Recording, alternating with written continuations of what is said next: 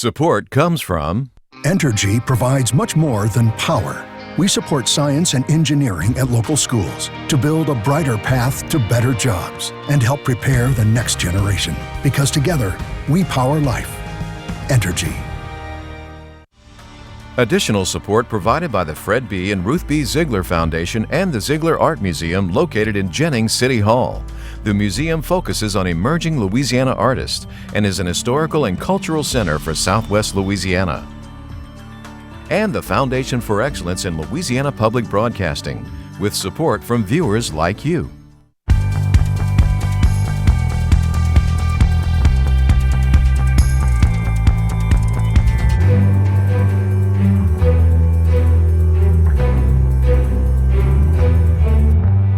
They put quality and patient care first. A new healthcare provider on the scene in North Louisiana. This was simply an act of negligence, something that should not have happened. The rough road to repair the Sunshine Bridge. People don't really know the candidates all that well. Why the state's marquee race lacks sizzle. Hi everyone, I'm Andre Morrow and welcome to this week's edition of SWI. For 2 weeks, the closure of the Sunshine Bridge near Donaldsonville has made headlines and greatly inconvenienced those who use the bridge every day. Well, Governor John Bel Edwards this week gave a timeline for repairs to the bridge, saying it should reopen in about 3 months, January 2019. It's been closed since a barge smashed into its superstructure in the early morning hours of October 12th.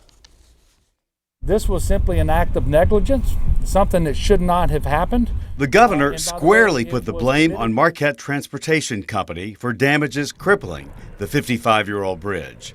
At this Wednesday news conference, held right in the middle of where traffic would normally be, Edwards said the collision by the crane barge pulled by a Marquette towboat was no isolated event.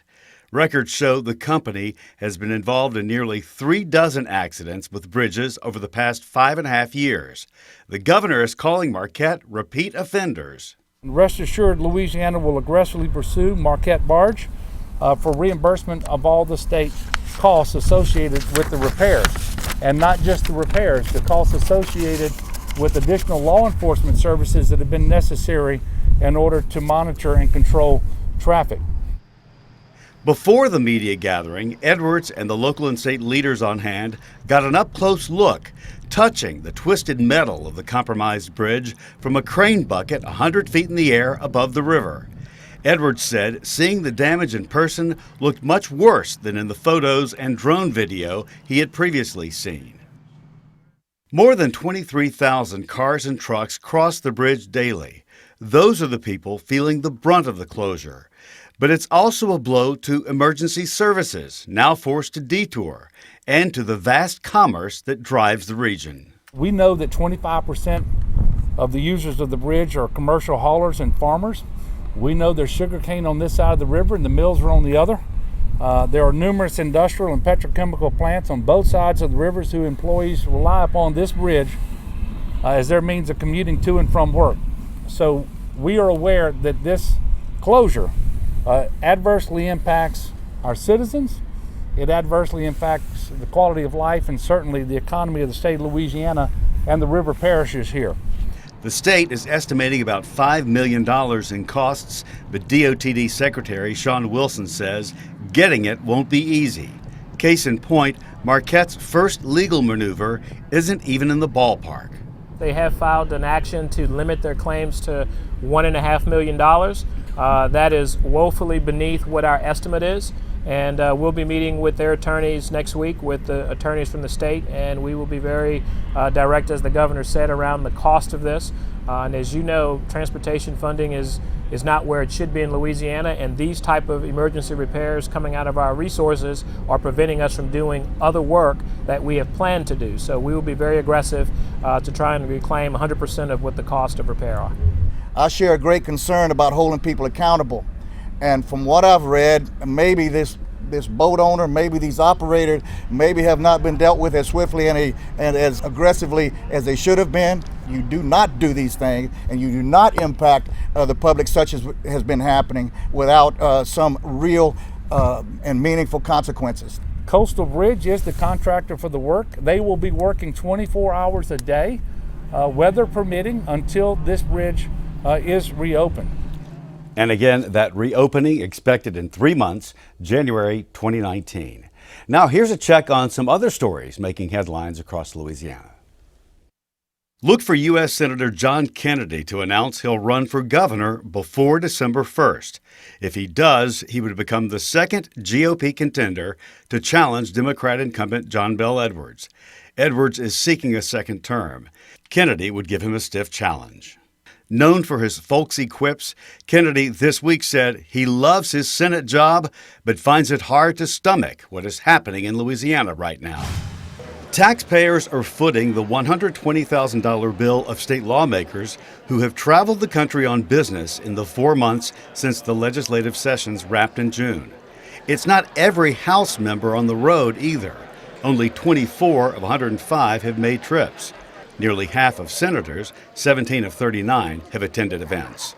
Lawmakers went to gatherings like the Congressional Black Caucus Legislative Conference in D.C.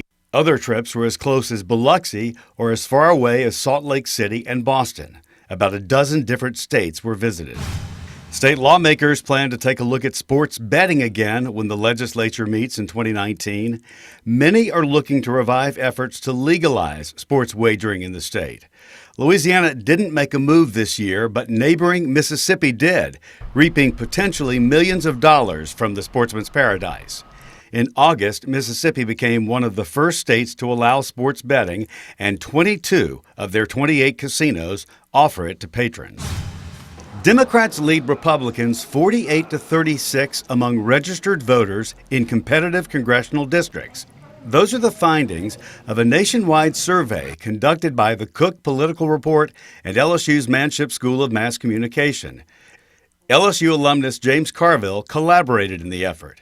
Carville said record numbers are expected to turn out on Election Day, and when that happens, he says, some weird things can happen.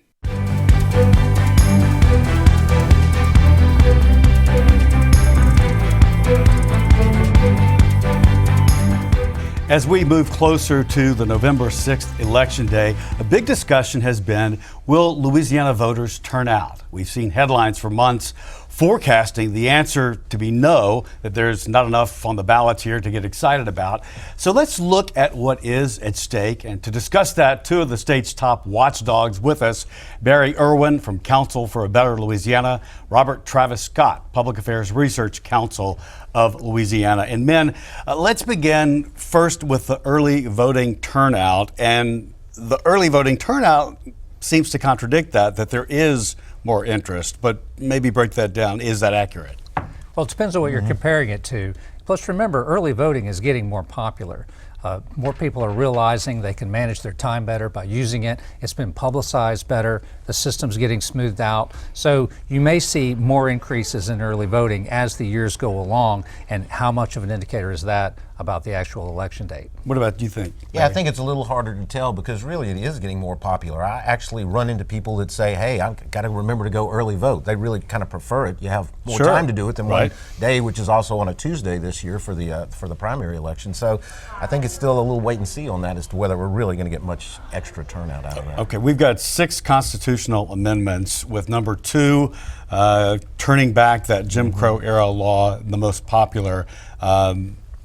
Discuss that a little bit and the importance of that, Robert. Well, year after year, the public has to vote on constitutional amendments that are really inconsequential. This one, amendment number 2, is very consequential. This is about unanimous juries and the fact that Louisiana is one of only 2 states that does not require a unanimous jury for certain levels of felony trials. So this is very significant. It has its roots all the way back in 19th century culture for our state, and I think it'll be a very significant vote. This is the type of thing that actually belongs in the Constitution and that people should be voting about, as opposed to a lot of the set of silly stuff we sometimes have to vote on. True. Now, Barry, on your website, you're actually suggesting to people how to vote, correct? Sure, we do. We make some recommendations. They're just recommendations, and obviously we do support this one. I think just to follow up on what Robert's saying too, this one is kind of interesting where so much of the things we see at the legislature have such a partisan flavor to it. This has been a very bipartisan issue. Has been. Yeah. People on both extremes, or what considered extremes, are all supporting it, and there's actually some movement out there to try and get that raise awareness about that. And on both of your websites, you have information about voting. So as you'll see in the lower part of your screen,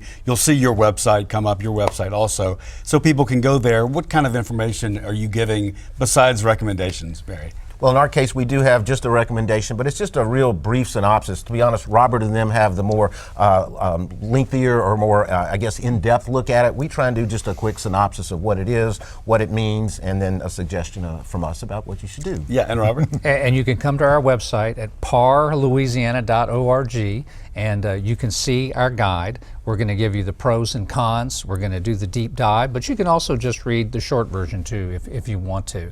And you can get yourself informed about these constitutional amendments before you go into the booth, because you don't want to go in there and be trying to figure out what this is all about for the first time while you're standing there in the voting machine.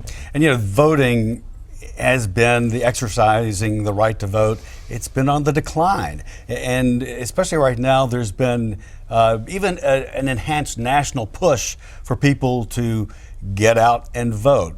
I don't know that it will work or not, at least here. But again, Robert, you mentioned that the decline has been consistent.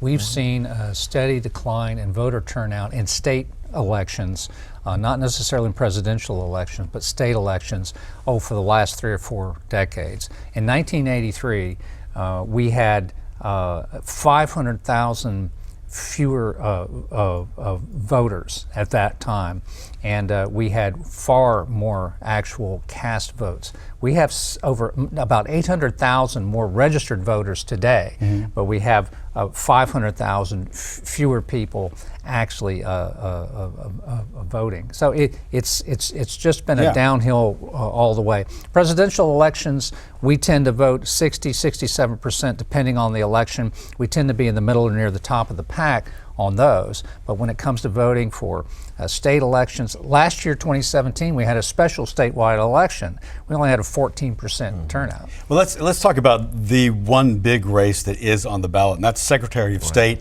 And with the exit of Tom Shedler, it's opened up this election, and then the person elected would have to run again in a year. But is there a favorite here? I don't know that there's a favorite. I think part of what's happened is people don't really know the candidates all that well.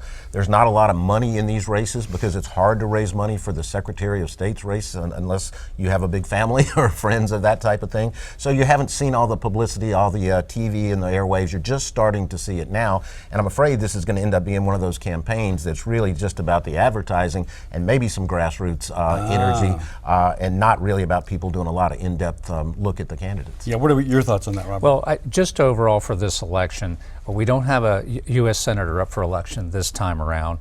All of our congressional seats, for the most part, except for District 3 in southwestern Louisiana, which is really getting a lot of media coverage over there, for the most part, the incumbents are there, probably going to remain not highly covered controversial races. They'd be a shock if somebody was upset. Well, so it would be a shock. Be and I don't want to. It could be. We always have a surprise, but this is not what's going on in a lot of other states around the country, where you have very controversial House seats or Senate seats that are up. And now next year, wow, a governor's election, and there won't be a whole lot else on the national map in terms of big elections that are coming up. Right. Well, this will be one of the only things you can pay attention to, and the media will be hungry to look for signs in the Louisiana governor's election next year about where everything's going. Yeah, I promise you next year we'll get a lot of national attention. I'm noticing, you notice how he kind of skipped over talking about the Secretary of State race a little bit. I thought he covered it pretty well. Well, there was nothing else to add to what he said. Well, that's probably accurate. But it's an important seat, and because that person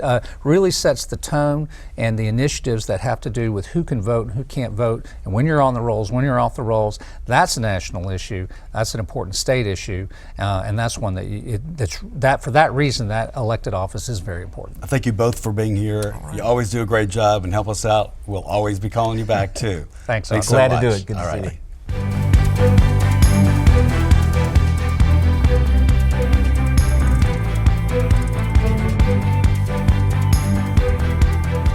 Well, big changes are happening in healthcare in North Louisiana. Ochsner is stepping in to help manage the state-owned safety net hospitals in Shreveport and Monroe. Kelly Spires went to Shreveport to find out what the change means for the quality of healthcare. That's right, Andre. LSU Health will have a much larger role in the actual management of the facilities. That cohesion was missing in the last arrangement, and officials say it's going to go a long way to making healthcare better in those markets. Investments in infrastructure, technology, and personnel are in store. Ochsner LSU Health Shreveport is the joint entity, our joint venture that has come together to really manage the healthcare operations, the health system in North Louisiana, consisting of the hospital here in Shreveport, as well as all of the clinics and ancillary services, as well as the hospital in Monroe. Chuck Daigle is the new CEO of that joint venture. Dean of the College of Medicine and Chief Medical Officer David Lewis is LSU's half of that dyad leadership structure. We have all the physicians, so we're supplying the vast majority of the physicians, and obviously we're a teaching institution. We have close to 500 medical students that we educate here. We also have over 500 residents that we educate and a number of fellows. It's a joint governance model, whereas before the hospital was a separate company, or the two hospitals were a separate company from the clinical portion of the medical school, whereas now LSU is integrally involved in a 50-50 partnership. That means LSU can communicate hospital needs more effectively. But this partnership is also slated to cost about $40 million more than the previous arrangement. That's because they've found ways to secure more federal funding. The partnership will be funded just as it has over the past 5 years, and that supplemental funding from the state and the federal government comes through the commitment to the community, the types of patients, the quantity of patients that are served. It's actually money that would have been available to the previous partnership if there had been better care. So what will they be spending more on? First, better infrastructure and equipment. A large investment in technology, whether that be physiological monitoring, OR equipment, renovations to intensive care units, and investments in infrastructure as well. So you'll see a large amount of investment in needs throughout the health facility, both here in Shreveport and Monroe. Secondly, patient communication and patient information.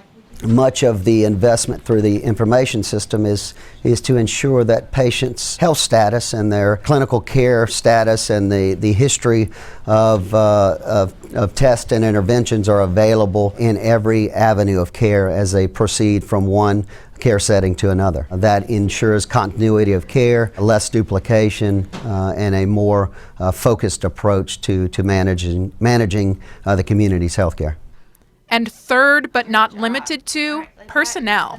I think for the first time in a long time, we're going to see a real dynamic change within the faculty. We're going to have more faculty. We're going to see growth, and that's been something that we really haven't seen for probably the last 4 or 5 years specifically. We've shrank down to keep operating, and now then we'll be hiring people and we'll be expanding services, and the number of patients that will be seen, I think you'll see a dramatic increase in the numbers. Providing stability to the medical school is vital to the area. Quite honestly, it is an economic engine for this area. Just the medical school alone, I believe, is worth almost $1 billion. But when you put the hospital and the medical school together, other than Barksdale and maybe another healthcare provider, it is one of the major stimuluses for this area. 60% of students stay in Louisiana and are able to provide specialty care that wouldn't otherwise be available. Ochsner also has its eyes on Monroe. We'll make investments in expanding that outpatient clinical care within that community. In addition, serve as a community hospital within that region. We'll continue to make investments in the clinical care, and the system integration between the Monroe and the Shreveport hospitals are crucial. If you look at clinical care, quaternary and tertiary care transfers such as trauma and other systems of care such as that. Lewis says he's excited to partner with Ochsner because they've got a good track record. They also manage other partner hospitals throughout the state. We've been working quite diligently on quality for the last couple of years specifically, but Ochsner kind of carries it to the next level. When you actually look at some of the data that's national, they actually rank the highest in the South in a number of areas. They're the only hospital system in the state of Louisiana that's in the U.S. World and News Report. They actually have some programs that are actually the best in the country. So that's really saying a whole lot. They put quality and patient care first. The venture's commitment to the community is evident in the makeup of its board. 5 of the 10 members are from the community. The other 2 are from Ochsner, with the remaining 3 from LSU. You know, we've seen this evolution take place, and now it's up and running. It's great to see it. Thank you so much. Appreciate it. Well, this Saturday, the VA health care system in New Orleans is hosting an event that they're calling Stand Down for Homeless Veterans. It begins at 9 a.m. Homelessness is just one of the huge hurdles that some veterans face when they return home after they've served. This month, Louisiana Public Square explores the unique programs and initiatives the state offers to help its returning warriors successfully transition back to civilian life. Here's a preview. Right now, we're going to go to Brandon and Lauren, the beautiful couple from Washington, Louisiana. Tell us a little bit about Cockeyed. Cockeyed Farms. It was basically decided one day driving down the road, we're trying to figure out a name for our venture, a cockeyed adventure of transitioning from a helicopter pilot, scout attack helicopter pilot, and then into the government civilian world, and then based off of the problems that I was having through my medical unexplained illnesses, I decided to take a step back, our family decision, and we decided to buy a farm. Now, how has NRCS helped you along the way? Stuart Garner from there has really opened our eyes to a number of the programs they have available to assist us. We've started off with their assistance in advising us what we needed to do to develop the farm, to get the basic infrastructure set up. Absolutely. And then past that, there's a cost share program that we've signed up for. Emmert, you're a civilian. You don't have a military history. No, sir. What is it that you're doing for veterans? We are just getting them out into the great outdoors, out of their houses, away from their family, and just a good time with hunting and fishing and various outdoor activities. What's the name of the organization that you're affiliated with? It's Wounded War Heroes. Wounded War Heroes. Yes, sir. Little did we know that the great outdoors was one of the greatest healing places that God has to offer. So would you say healing veterans, that was your motivation? It is now. We didn't know that when we got into it. We'd like to claim we were smart and saw that, kind of proactively, but we just want to give a little back. And through that, our family did a lot of outdoor activities, hunting and fishing, and we started it, and little did we know we'd be where we're at in 10 years and have 116 events a year to offer to over 200 veterans in our alumni. At LSU, we offer 2 programs. We offer Louisiana Veterans Entrepreneurship Program and a national program, which is an entrepreneurship program for service-disabled military veterans. And the success we have seen, we've had about 100 veterans come through our program.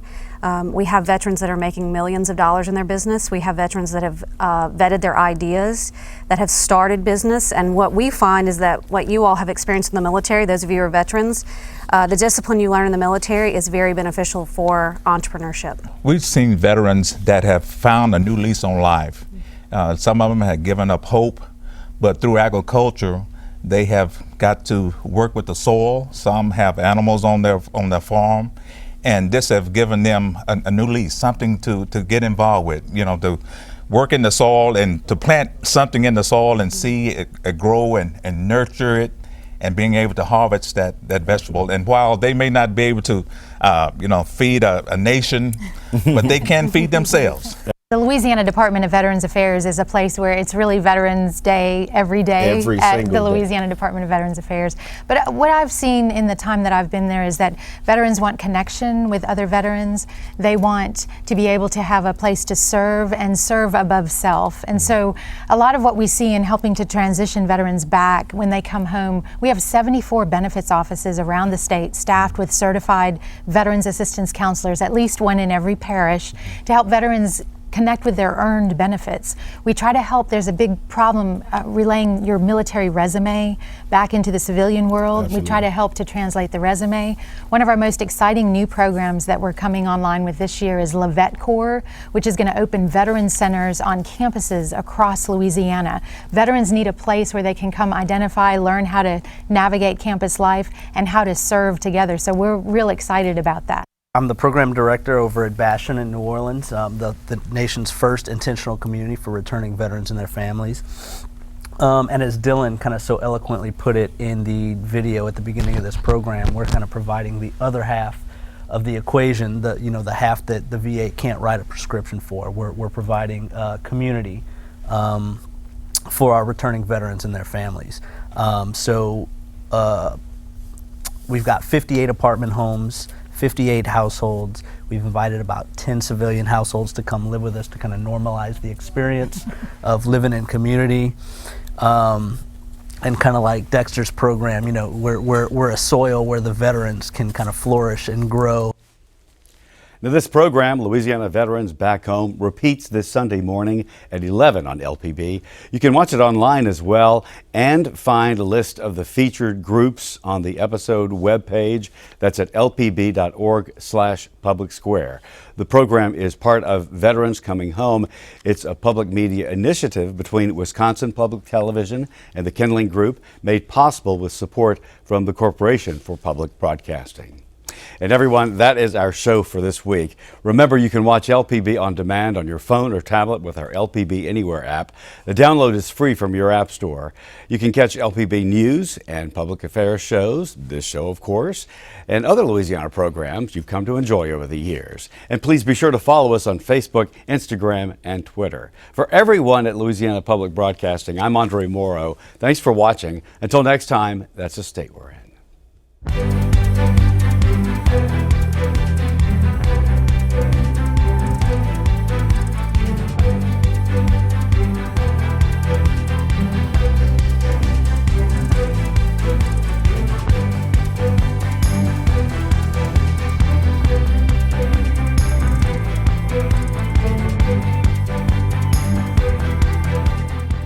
Support comes from Entergy provides much more than power. We support science and engineering at local schools to build a brighter path to better jobs and help prepare the next generation. Because together, we power life. Entergy. Additional support provided by the Fred B. and Ruth B. Ziegler Foundation and the Ziegler Art Museum located in Jennings City Hall. The museum focuses on emerging Louisiana artists and is an historical and cultural center for Southwest Louisiana.